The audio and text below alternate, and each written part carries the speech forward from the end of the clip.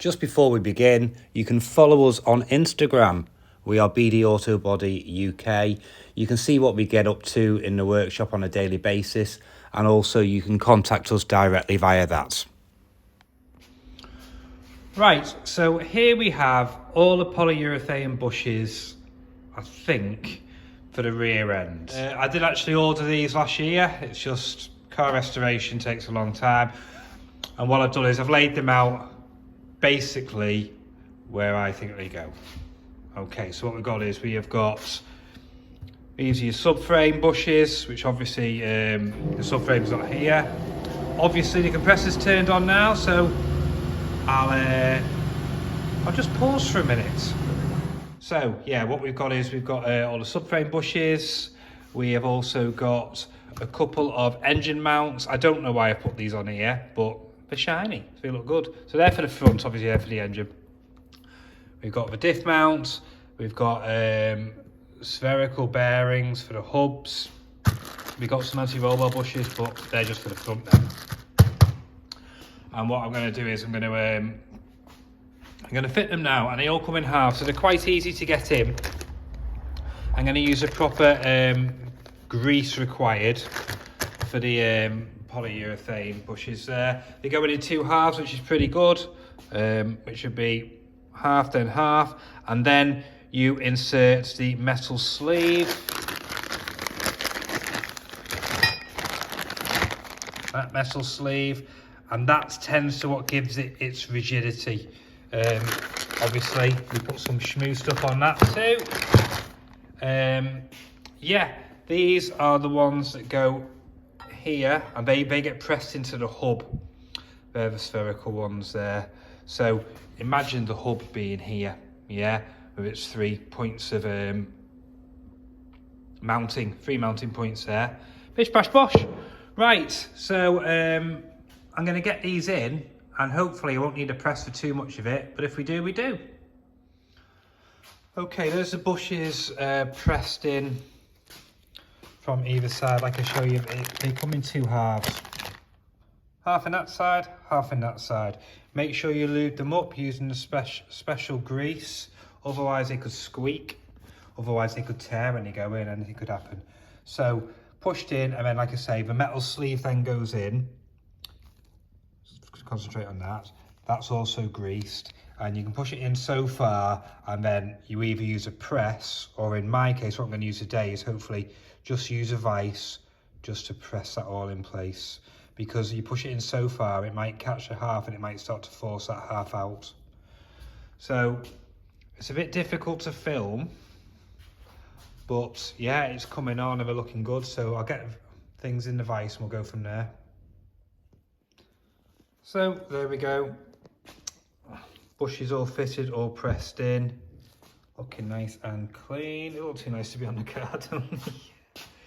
Lovely subframe bushes. I'm not going to do them today because I'm here by myself and it's a bit of a two-man job. Sphericals are going to go into the hub with these. I need a press for them. I'm going to have to wind those in as well. So yeah, they look lovely, don't they? We're getting there, we're getting there. Okay, so we've got the bushes, the poly bushes in the rear hubs. We've got the poly bushes in this rear diff carrier sub-assembly thing, whatever it is. And these bushes went in from the other side, pushed all the way in. Then you get this other cap that fits on there like that, similar to the subframe bushes, rear subframe. The last one, we've got these in here as well, like we've seen before, and the last ones are these spherical bearings, which are a bit fancy, a bit weird, and very expensive, and they get pushed into the rear hub assembly here. I'm struggling at the moment because they're non-genuine Toyota, and they have this rubber boot around here, okay, and where that rubber boot is, where that big spring is there, is where you want to be pushing. Yeah, you don't want to be pushing there, because if you're pushing there you're going to separate the inner to the outer, so you really want to be pushing, this is over exaggerated this, but you really want to be, let's change that to that, putting something over, can you see, and pushing it in or winding it in on the shoulder of this. The problem is though, you're going to destroy that rubber boot. So I'm going to see if I need to remove that rubber boot and then fit it afterwards, because as you can see, the metal bit in the centre only sits in there like that.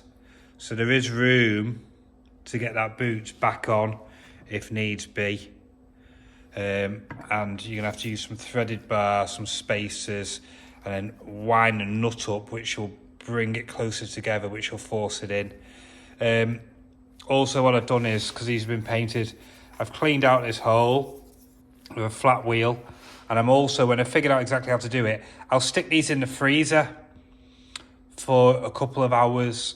It doesn't make a massive difference, but it may make enough just to give us that little, just for it to go in a little bit easier, because obviously that will contract a little bit the colder it gets. So pressed the bushes into the subframe, and Houston, we have a problem. Bit of a pain, to be honest. We've pushed the bushes in and they're all done correctly. And this is in proud. So when we put the top piece on, there should be no gap. It's not been mushroomed, it's been fitted correctly. I've contacted the person who supplied me the bushes, I'm not going to say who it is, and he said, yeah, he's had a problem with the last lot that have been made and they're too big. So now what I've got to do is, I've got to cut the end off there to make it flush. Whether I've got to take any off this yet is debatable, because there is a gap in there, can you see? So, here's what I've done earlier, kapow! So, use the air hacksaw, not the prettiest thing in the world, but now that sits on there, it sits tight up against there, and we've got that gap. So, whether I'll probably take, is it 2 mil? 2 mil off the top of there, and then it'll sit flat. It's not ideal, to be honest, because it just shows you, I could have took them out. I could have took them out, sent them to my friend, he's got a lathe, and he could have machined them all down perfect. But they're in, they're out, they're in, they're out. I might as well do it this way. But it shows you, I just need to put 4 bushes inside the rear subframe, and it's a couple of hours by the time you've messed around. They should just press straight in. So a bit annoying, but this is what happens when you build cars. And so what I'm going to do now is I'm going to get a few bits and bolt them on, make some sub-assemblies, because I've got a bit of a day off today and a bit of time to kill, so let's crack on. Right, rear subframe all assembled loosely. There's no need to put all the nuts and bolts in, but I'm just trying to reduce the amount of boxes of stuff I've got. So we're just waiting the diff, because the diff's having new seals in it, and when that's in, that can be bolted in, and then basically it's ready to be all cavity waxed, rebunged, and then in theory bolted up to the car. Looking nice, looking very, very nice. I'm very happy. Everything new or re-zinced, refurbed, and then over here we've got the front arms with all the ball joints on, again only loosely done. I know it doesn't need to be on there before anyone says. I'm just protecting the thread for now. A couple of little touch-ups that need doing. But yeah, I'm trying to just get everything together in sub-assemblies. And then it takes up less room when we know where we are, don't we? Very good, very nice. Oof. Arousing. Bit sad, aren't I? Shiny things make me happy.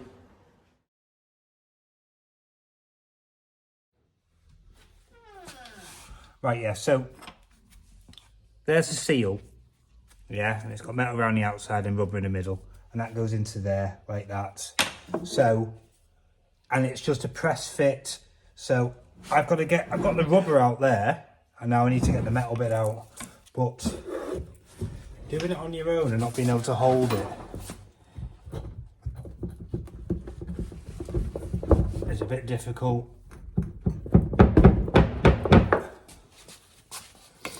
But I will. There we go, there we go. Try and do it so you can see. There we go. Right, sound. Oh, it's coming anyway. See if I can get it. Capping. Capoosh.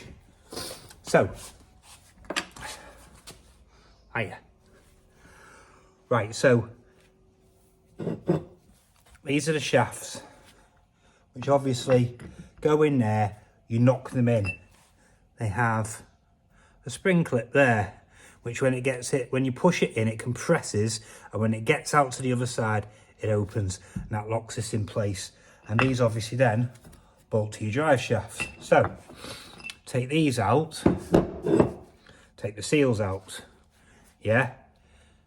The seal corrodes, breaks down, wears down, whatever you, degrades, whatever you want to call it. And the way it works is, you unscrew this, this is where you fill your diff oil up, yeah? And you fill it up, and you keep putting the oil in until it comes out of this hole, which means it sits there. So all from here to here, all the oil just sits in.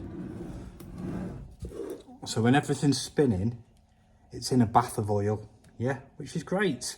And it keeps everything lubed up, okay? But obviously because the oil is sitting up to this line here, if the seal's knackered, you can see oil's just going to start dripping out. And that's what happens.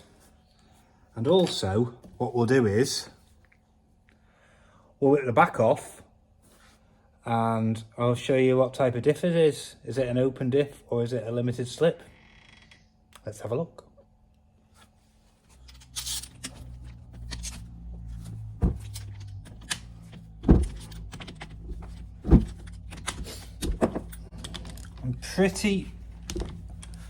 I'm pretty confident, famous last words, in saying that I believe this is a limited slip diff, yeah, but it's a Torsen style diff because this is a JDM import. Yeah, I am pretty confident the JDMs were a Torsen diff, but you never know. You don't know what's gone on in the last 30 years. It may have had a diff change. I know the UK spec ones were an open diff. The problem is with a Torsen, you don't know whether it is a Torsen diff or an open diff until you open it up, because when you it doesn't lock immediately like a plated diff does. So when you turn one shaft, the other one will spin the other way. So let's have a look. And you'll know if it's a Torsen diff because when we open it up, you'll see a load of different gears in there.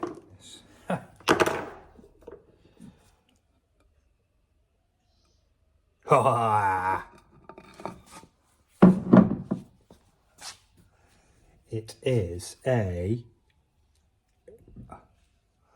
Torsen. Brilliant.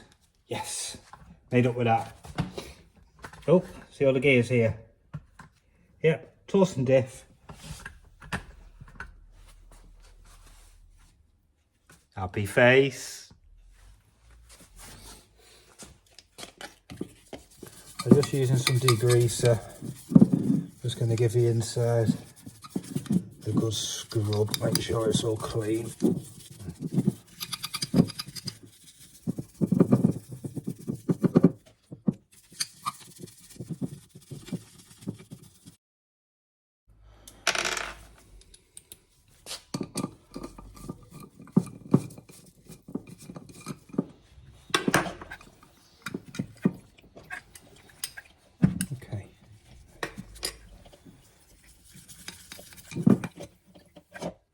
There you go.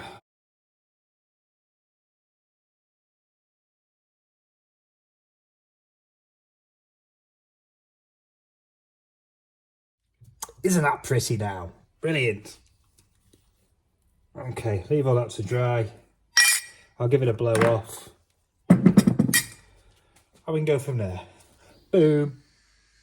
Just tapping these holes out, ready for the subframe bolts to go in. The main subframe mounting bolts are in place, and these are, I believe, there's a plate that goes from here to strengthen the subframe mounting. So tap them all out so that I can get the bolts greased up and in. It saves a lot messing around later. Check that out now, see? All the way in, no messing around, all greased up. My underbody's starting to take a little bit of shape. The subframe's going in temporarily just to get it out of the way. There's still the brake pipes and fuel pipes and bits and bobs to go in, handbrake cables. But, as I say, it's more of a test fit than anything else, and to clear some space. Once everything's fitted, it's 10 minutes to drop everything else. You know, tapping every bolt now will just make all the difference for later. So guys, there we go, there's the rear end and suspension starting to get built up slowly, making a little bit of progress. I wasn't expecting to be releasing a video quite so early. I've just been hammered by people wanting new content. I'm on holiday at the moment, or vacay. We're still waiting for the engine blocks to come back from the machine shop, and we're also waiting for just some parts for the engine before we can start rebuilding. So hopefully next episode there will be a bit more on the performance side of things. All right guys, take it easy, see you later, bye.